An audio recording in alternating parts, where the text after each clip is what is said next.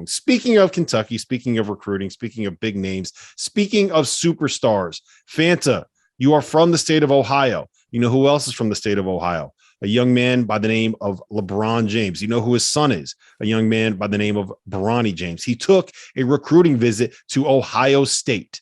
Is that the right place for him to go to college? Well, I think that it can be the right place for him to go to college. The answer to your question is yes, it's one of the right places for him to go. And here's the thing. Bronny James is not a top 10 recruit in his class. So with where he is ranked, with what his skill set is, with who Chris Holtmann is as a coach, and with where the Buckeyes are as a program, of course, wherever Bronny goes, there's going to be a significant amount more attention around him and around that program.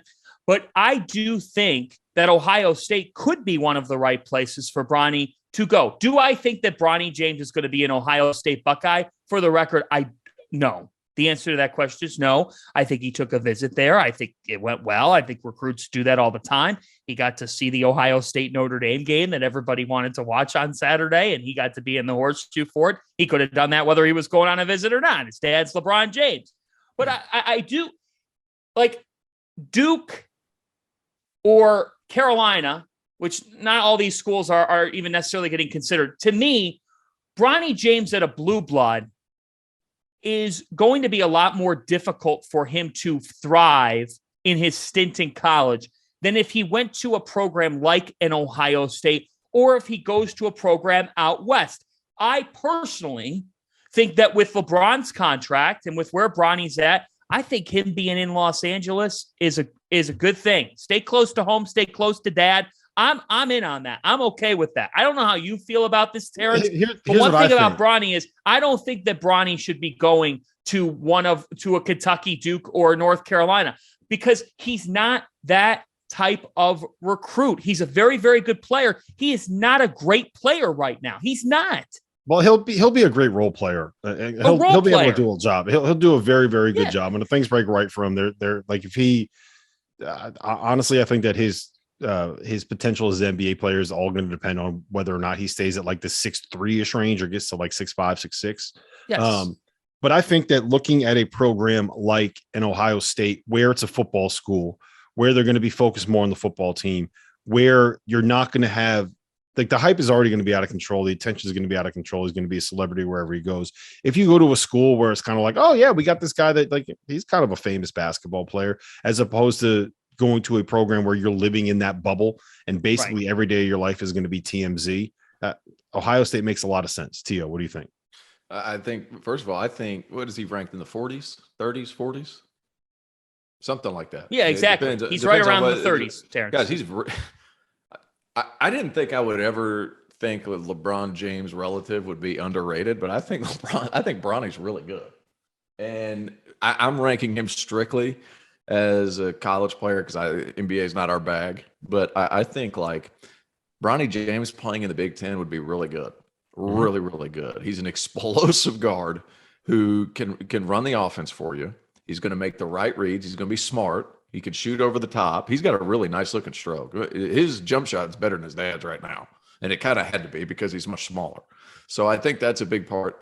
He's NBA potential. It's to be determined. Obviously, his size has a lot to do with that. But this is a big kid, big, strong kid. He can get there. He's explosive. He can get off the floor. Like, he's got all the tools. If this kid's name was something else, like, Steve Taylor or something like that, like you're probably looking at a top 30 kid. Like I think he's a good player, and I think he's big and strong, and he fits college rosters really well, especially if he's beside somebody that's really, really good. Like he could be, sophomore year, second team all league guy at a Big Ten school. I believe that. But the thing is like it's going to take a little while. And he's not going to be in college for very long because basically all LeBron has to say is whatever team he goes to, I'll find a way. And that's kind of the hang up with the kid right now. But Ohio State, I could see it just because his dad was a big Ohio State fan growing up. But Southern Cal would make a lot of sense. Him staying around there, I think Southern Cal, to me, Memphis maybe throw them in there because the relationship with Penny Hardaway. The problem that he has is I don't know if that would end well. I'm sorry, but I mean, what has ended well at Memphis? Tell me that. And then, well, this past year ended better than I thought it would.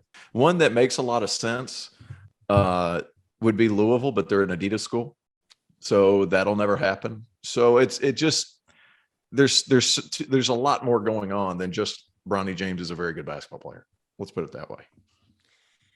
Here's the thing. USC, I saw Rob being like it'd be the most people ever at a USC basketball game. I'm sorry, but they'd get at least 2,500 people there. If you're going to go somewhere in Southern California, I think it has. Did you see the UCLA football game the other day? They reported they had like 25,000 people there. There couldn't have been 4. It's hot. Playing college football this time of year, I know, but it's hot, man. It's hot in Los Angeles. No, but it's UCLA. What's the weather in Los Angeles? Come to I know it's not the same. Come down here and call a game at Clemson. Here's the thing about that. Like, college football is like 29th on the list of things that you're going to do if you're in LA right now, and UCLA is second on the list of college football things that you're going to do if you're in LA right now. It's not even like the best college football program in the city that doesn't give a shit about college football. Like, I was making fun of USC fans for not showing up, but it was even worth it at UCLA. But UCLA, they don't even move the needle at all. At least USC has Caleb Williams and Lincoln Riley and Jordan Addison and all of these studs. Like, I think low key they'll probably end up getting into the college football playoff, which would be a lot of fun. Which is a different podcast over there on the Field of 12, but. Bronny James shameless plug. Bronny James, USC. I don't see the fit. All right. But Bronny James, just for the record, I do think, like you guys said, I like the Big Ten fit. And I would really like Chris Holtmann coaching him. I think Holt. Yeah, I agree with that. I really like Holt's demeanor for the whole situation if it happened. I like that too. I like that fit. All things considered, I like Ohio State for his game. Yes, I think it makes a lot of sense for him at that. He's a good player. He's a good player. I hate that, he's got a lot of stigma and all that stuff, and everywhere he goes is a show. But like, he's a really good basketball player. Yeah, and it's just the hype is going to. The hype is going to create a level of expectation. The name is going to create a level of expectation where people that don't follow it as closely as we do are going to expect him to come in and average 19-5. No, that's not going to happen. And that's not, he's going to be a guy. He'll probably come in if he averages 8 points, couple assists, couple rebounds, plays good defense, is a starter, plays 30 minutes on a team that is a top 25 team, wins 25 games, makes it to the Sweet 16. Like, to me, that is probably what you expect out of Bronny James. Yeah. He's a winning basketball player. That's right. That's a big one. Yeah. He does winning basketball. That being said, Strive for Greatness, that summer team he played on was horrendous. They did not play together. They didn't have the dudes. Like, they were terrible. But Bronny was good. Bronny was really good. I don't think they won a game at Peach Jam. I don't think they won a game like all summer in the EYBL. I don't think they won one. Not one. That being said, he does winning stuff. He's a winning basketball player. It was just, it was politics. What's going on, guys? Rob Doster here, the founder of the Field of 68 and the Field of 12 Media Networks. I wanted to take a quick minute to let you guys know about an exciting new project that we have been working on for the last 3 months. The Almanac, an all-encompassing preview of the 2022-23 college basketball season. We spoke with every single Division I head coach to give you a robust and accurate preview for all 363 Division I college basketball teams. We have predictions for conference finishes for all 32 leagues. We have features on the best freshmen, the best big men, the breakout stars, the coaches on the hot seat, so much more. It is 600,000 words of sheer happiness for the college basketball fan in your life. The Almanac is going to be available for digital purchase on September 26th for just $19.99, but you can pre-order it today using the promo code HOOPS and save 20%. Just hit the link in the description below.